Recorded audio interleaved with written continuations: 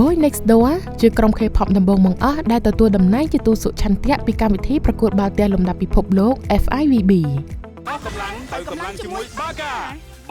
លើកពីភេសជ្ជៈបើកម្លាំង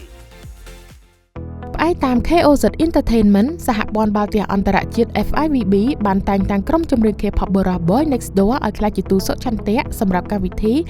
FIVB Men World Championship ឆ្នាំ2025ដែលកម្មវិធីនេះគ្រោងនឹងធ្វើឡើងនៅក្នុងប្រទេសហ្វីលីពីន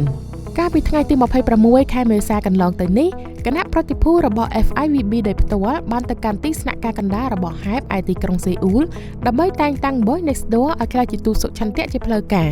ក្នុងតំណែងថ្មីនេះសមាជិកក្រុមទាំង6រូបនឹងត្រូវបំពេញការងារទៅលើការផ្សព្វផ្សាយមុននឹងកម្មវិធីប្រកួតចាប់ផ្ដើមរួមគ្នានឹងការសម្ដែងនៅពេលបើកកម្មវិធីប្រកួតផងដែរឆ្លើយតបទៅនឹងតួនាទីថ្មីខាងលើ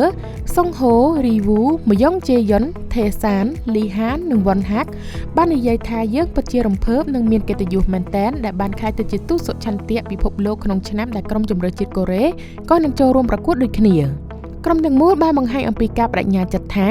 យើងនឹងប្រឹងប្រែងឲ្យអស់ពីសមត្ថភាពដើម្បីធ្វើឲ្យមហាជនអាចទទួលបានបទពិសោធន៍ដ៏រំភើបនិងឃើញពីភាពស្រស់ស្អាតនៃកីឡាបាល់ទះហើយយើងនឹងគាំទ្រយ៉ាងពេញទំហឹងចំពោះភាពជោគជ័យនៃការប្រកួតមួយនេះរួមគ្នាជាមួយនឹងអ្នកគាំទ្រនៅជុំវិញពិភពលោកទន្ទឹមគ្នានេះ FIVB បានលើកឡើងពីការចូលរួមរបស់ក្រុម K-pop ខាងលើនេះថា Boy Next Door នឹងដើរតួយ៉ាងសំខាន់ក្នុងការលើកកម្ពស់ភាពស្និទ្ធស្នាលផ្នែកកីឡាការរួបរวมនិងស្មារតីនៃការប្រកួតប្រជែងនៅក្នុងព្រឹត្តិការណ៍ FIVB Men World Championship ឆ្នាំ2025នេះ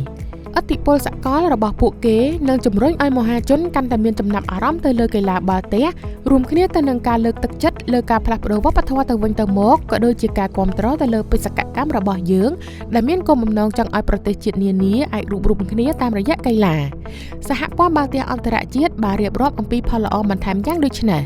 ដូចគ្នានេះដែរលោកគឹមតេហូប្រធានផ្នែកប្រតិបត្តិការរបស់ HYBE បានលើកឡើងអំពីទំនាក់ទំនងរវាងវិស័យ K-pop និងកីឡាថា K-pop និងកីឡាចែករំលែកគុណតម្លៃស្នូលរួមគ្នា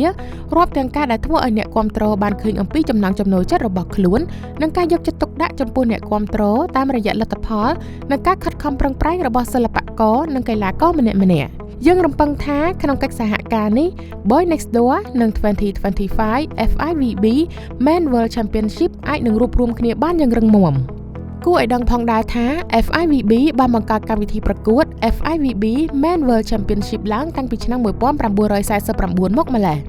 ដោយឡែកសម្រាប់ឆ្នាំ2025នេះការប្រកួតប្រជែងនឹងធ្វើឡើងនៅក្នុងថ្ងៃទី12ខែកញ្ញានៅឯទីក្រុងម៉ានីលប្រទេសហ្វីលីពីនអស់កម្លាំងទៅកម្លាំងជាមួយបាកាលើកពីភេសជ្ជៈបើកម្លាំង